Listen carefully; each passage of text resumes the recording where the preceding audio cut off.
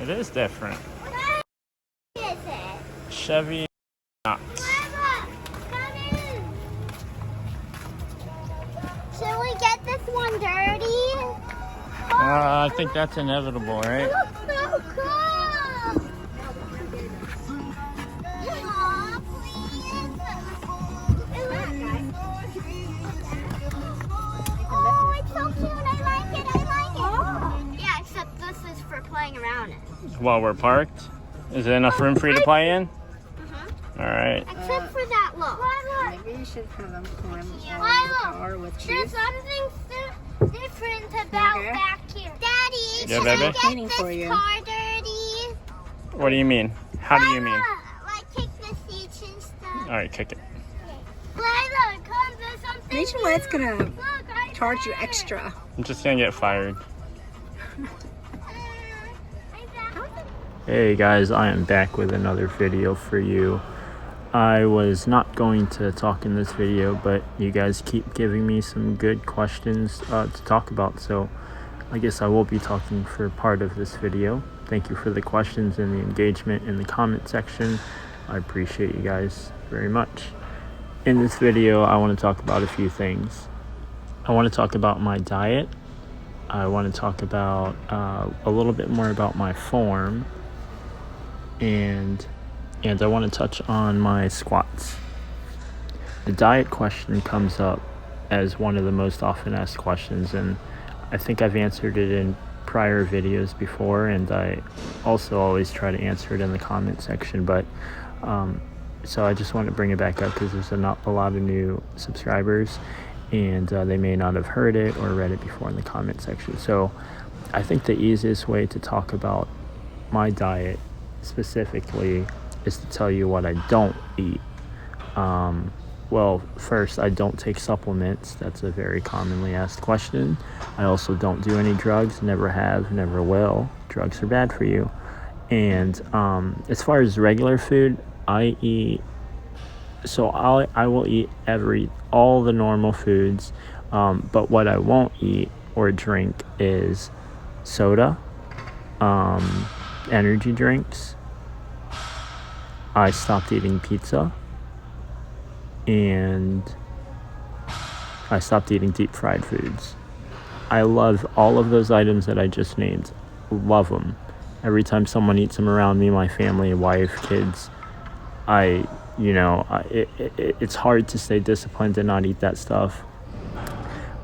So I don't not eat it because I don't like how it tastes. I love how all of that stuff tastes. I don't eat it because I want to be as healthy as I can, to live for as long as I can with my kids, and being that my family has heart issues, my dad has had 2 heart attacks.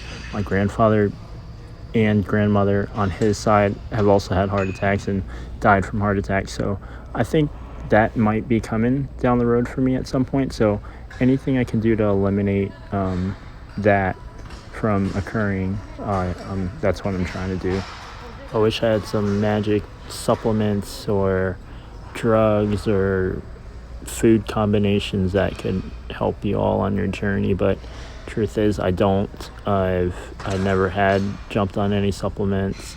Thought about creatine for a minute during my high school days until my mom talked me out of that, so I just never got on anything. And nothing against those people who do take supplements and vitamins and stuff like that. I just haven't, so that's pretty much my diet. And just to go off track really quick, because I'm squatting here for the first time in the video, I'm catching up to my squat content right now. I'm going through some old footage, so I have taken your feedback and I've used it. It's just these videos that you're watching right now are kind of before I asked for the squat feedback, and so I'm trying to get through these, but the next video should have that new squat like form and advice that you guys shared, and it's made such a difference and has really improved, not really my numbers, but just how it feels when I squat. So thank you guys for that. The next question that I wanted to elaborate on a little bit is, it has more to do with my form again, but this time talking about the bar path, my grip, like where I grip the bar, elbow. I have like the bodybuilder style, I guess, elbow, where it's kind of wide and not tucked, and where the bar touches on my chest when it touches. And let me start this by giving some context and starting with my elbow flare versus a tucked elbow. So if you've read my blog, which is where you can find my program, I talk about how I got started with bench pressing and like who I learned to bench press from. And basically, I learned it from my older cousins who were in like 9th and 10th grade at the time. And, they had no idea what they were doing. They had gym class, they went in the gym and they fooled around with the plates, or the weights, and they came home and did the same thing. They bought a set and we just kind of all did it as like the thing to do. Instead of playing video games, we would just lift weights together after school.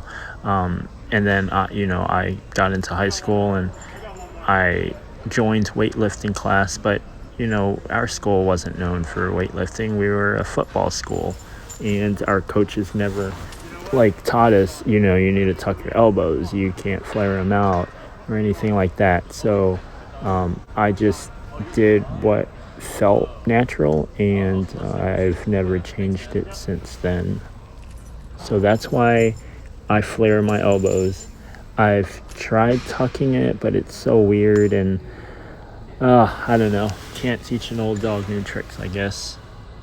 I guess the main thing I've heard about tucked elbows is to reduce some shoulder pain, but luckily I haven't had that yet, so we'll see. Wow, that took longer than I thought to explain.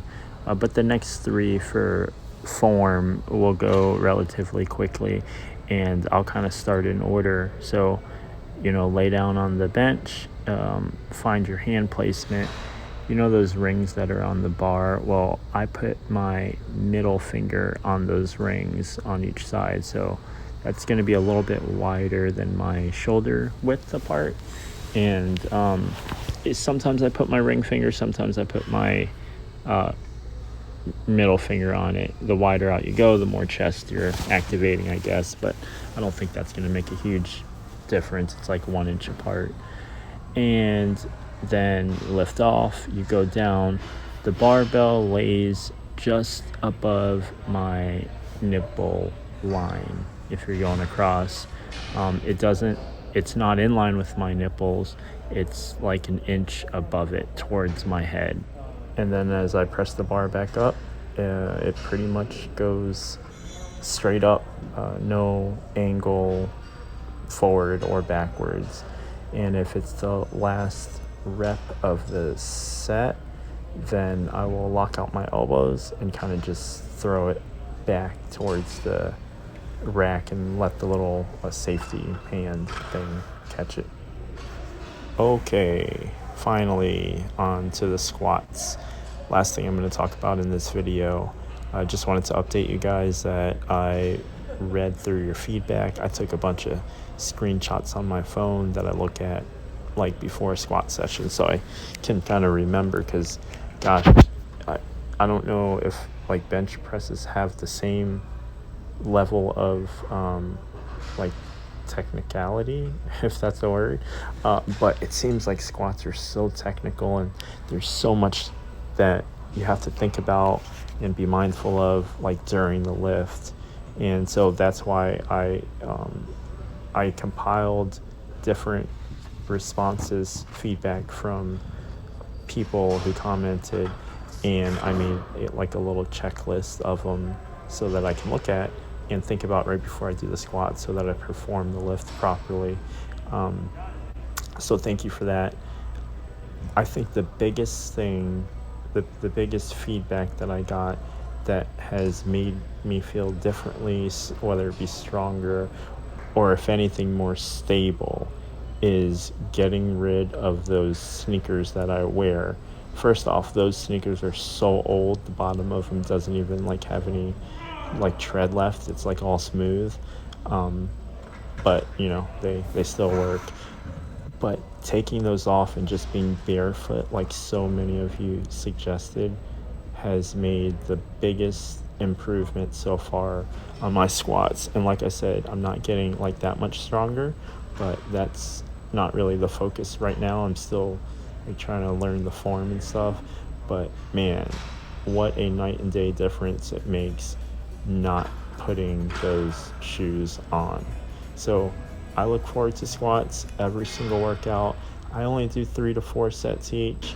I usually do 135 10 times, 185 5 times, and then I started doing 225 for singles and doubles depending on how I feel that particular day. But like I said before in the video, I am almost caught up with all the squat content, and I should be squatting without shoes. I'm squatting barefoot. So thank you for the feedback. Keep it coming. Thank you for your engagement, the likes on the videos.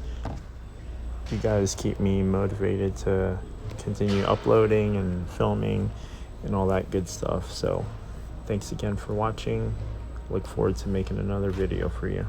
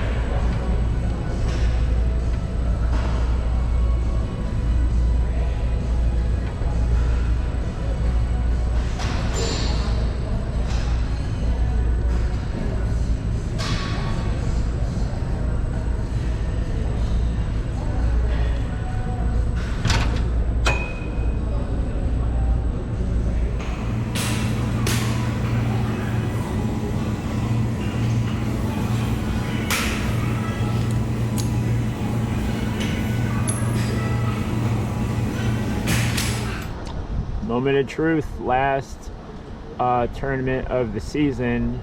It's like 6 a.m. right now, and if we win, then we win first overall for Angler of the Year, and if we don't beat out the other team, we'll be second, but we'll see how it goes. We're at Lake Mineola today in Claremont, Florida.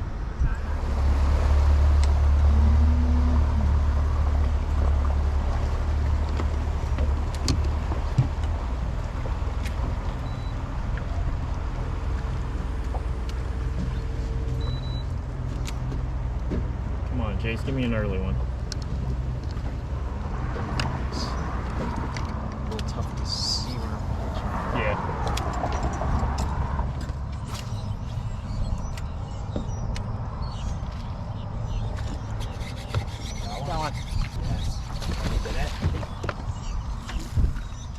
Yeah, I did need the net. Yeah, boy. We got one!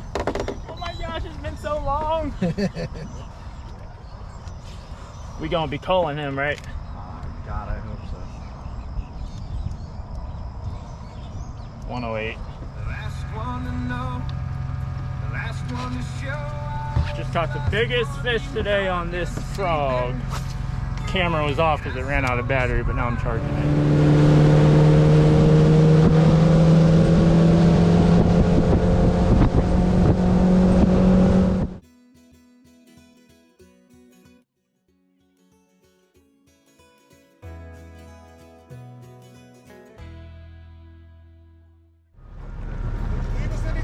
We saved them all for you. They're in there. We just didn't get them. Look.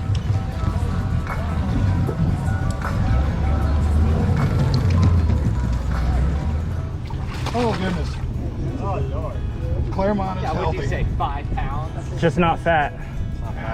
Skinny one. That's probably 7. Force and force? Our scale broke. No, this was Long and Jace. Yeah. Long and Force.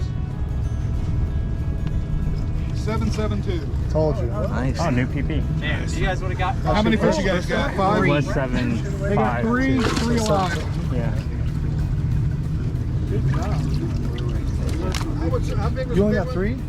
Is that the one that stood up or 772. something? No, that's the one I spit up. It's a big one. You ready? Real big.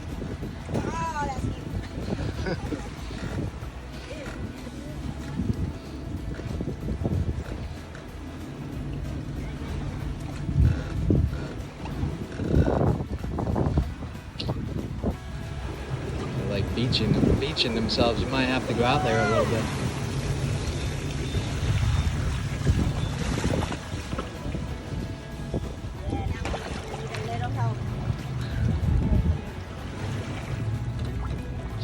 Pretty good.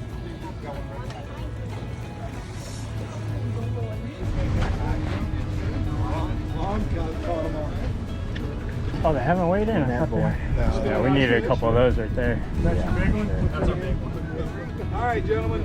Let's go ahead and get this over with. That's a nice fish you guys have. Thanks, man. I need to see him lose again. We got big bass. We got Jason Long. How big was it? 772. Good fish. Gentlemen. Thank you. I don't have COVID, so there you go. Yeah, thank you. Over here. Thanks. Congratulations. Second place. You'll have to send me your big Oh, fish. Bill. I'll do that.